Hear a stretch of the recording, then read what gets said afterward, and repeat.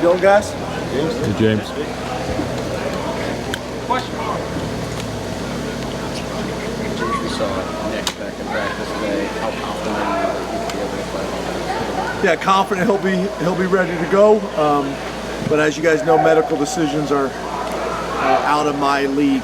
But we're confident he'll be ready to go. James, can you discuss Nick's development as a receiver this year, and how has that maybe helped him when he hasn't been quite 100%, still make an impact out there on the field?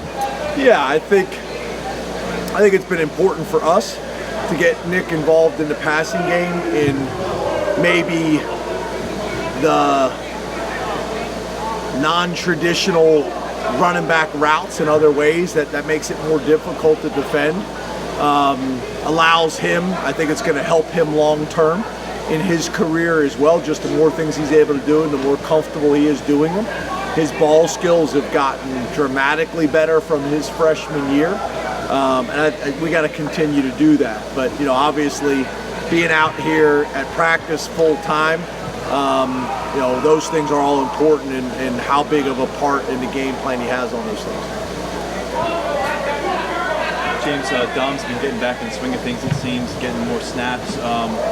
Where is he in terms of, is he back to kind of where he was early in the season, or do you still view him as in between with that injury? Dom DeLuca. His snap counts have really gone up of late. They had dipped for about a month there since he got back from injury. So this isn't a big secret, but he had a cast on his hand early on where I think he only had maybe his thumb exposed, and it's hard to be the type of special teams player he is with not having a hand, and then obviously defensively you're not able to wrap with that hand. So as that hand healed and he got more fingers available to him and got more comfortable, then he has more confidence, and we have more confidence in him being able to do the things he did before the injury. So he's back to full go now, and that's why you see his rep count increasing. Very, very valuable guy for us, extremely smart, could probably play all three of the linebacker positions, could easily be a four-unit starter for us on special teams, which is what he's been up to this point of his career. But with the value that he provides at linebacker and a little bit of the lack of depth that we're trying to create there, we started to limit some of his role on special teams because of that. James, you endorsed Tyler for the Paul Gordon Award after the Washington game. That's an award that Saquon won in 2017. Obviously, those two are different in a lot of ways as players, but what are some similarities that they share that made him a worthy recipient in 2017 and made Tyler worthy now? I think the number one thing is they're both selfless, great teammates. Tyler Warren, is like a case study in terms of media training for our freshmen. I mean, every time you guys interview him and you ask him questions about these awards and these records, he finds a way to redirect the question constantly back to his teammates or the program. And Saquon was the same way, just great teammates, which to me is the best compliment that you can get. And then obviously when they have opportunities to impact the game, both of them have done that on a very, very significant level. So, I'm a huge fan. I'm a huge fan of him, his family. He's been that way from the very beginning. And I don't know if I mentioned this to you guys or not. I may haven't. If I did, I apologize for repeating myself. But we do these team shares. And he got up and did a share a few weeks ago, and I thought it was really valuable because one of the things he got up and said as a true freshman, he didn't know if he'd ever play here. And for our freshmen and some sophomores to be sitting in that room and they're questioning the same thing, and you're hearing Tyler Warren say that, you're like, wow, you'd never think Tyler Warren felt that way based on how he is playing right now. So I just think it's a really good example, as everybody's journey is different, everybody's race is different, they all develop at different kind of stages and speeds. But he's been phenomenal, and right now obviously he's playing. To me, it's not even a question that he's the best tight end in college football.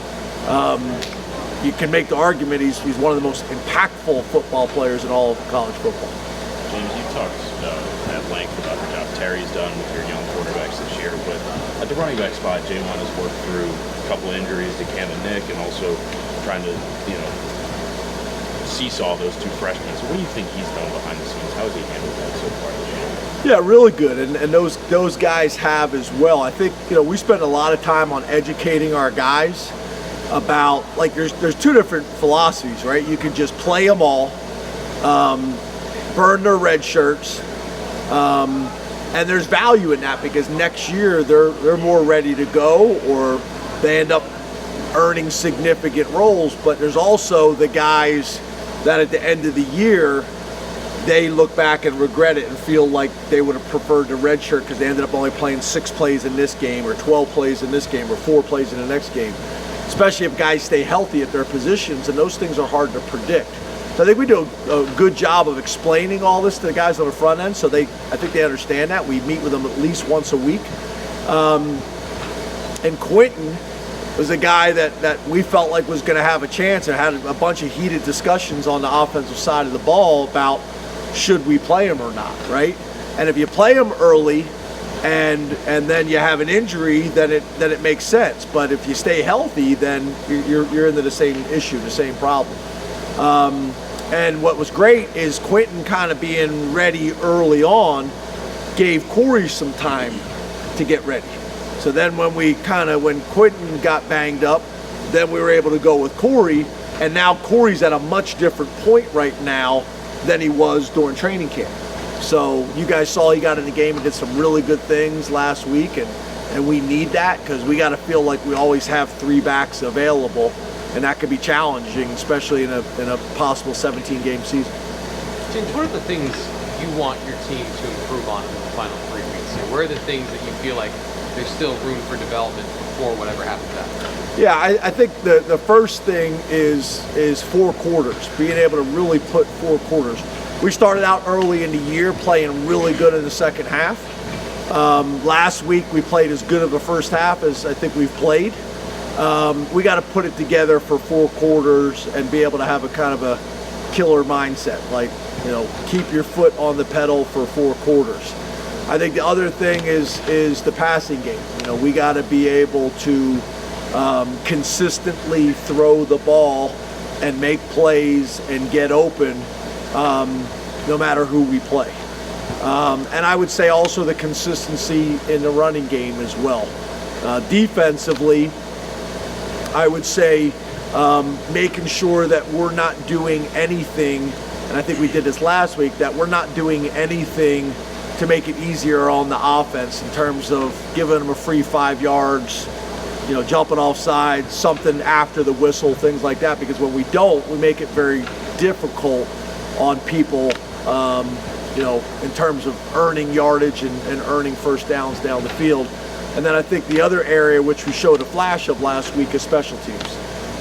Whether it's a block kick or whether it's a return kick for a touchdown or punt for a touchdown, that's something that I think could really help us. And I think we've played really good on special teams from the standpoint, knock on wood, we haven't had any big plays against us or plays that have really hurt us on special teams. That's great. That's the starting point. Now can we make the plays that we need to make that can create an advantage for us? So they're probably the areas that stand out to me the most. James, there's been a lot of talk about Tony Rojas since he got to campus. How would you evaluate his performance thus far in a starting role, and what would you like to see him to close out his second year on campus? Yeah, I think good. I think, there's been high expectations for him since he got here, played really well as a freshman, but I think it's a good example, right? There's a difference between coming in as the backup and being the starter and having to do it play in and play out, and the discipline and the toughness that takes mentally and physically to do that. And it's been a transition for him. He's really doing some good things, but the exciting thing for him and for us is I think there's a lot left in the tank for him. But I think there was a significant jump from him from being a rotate-in guy to a starter, and then not only that, doing it mainly in the open field and now doing it more in the box. That's different. No different than I think with Abdul. Goes from being a space player or an off-the-ball defender to a defensive end. And I think he's getting more and more comfortable and more confident each week. And I think you're going to see the same thing with Tony. James, how would you assess the play calling from Andy and Tom to this point in the season? Yeah, it's been good. I mean, if you look at our numbers, our numbers are pretty good kind of across the board. There are some areas that we can improve, and we study those things, strengths and weaknesses all the time, and try to tweak some things to help. But, you know, obviously, like we have talked about a lot, we've done that fairly consistently. We're judged on games, you know, on specific games and specific opponents. So overall, very good. We got to be at our best. That's myself and everybody included, you know, when it means the most. Thanks, Coach. Thank you. Thank you.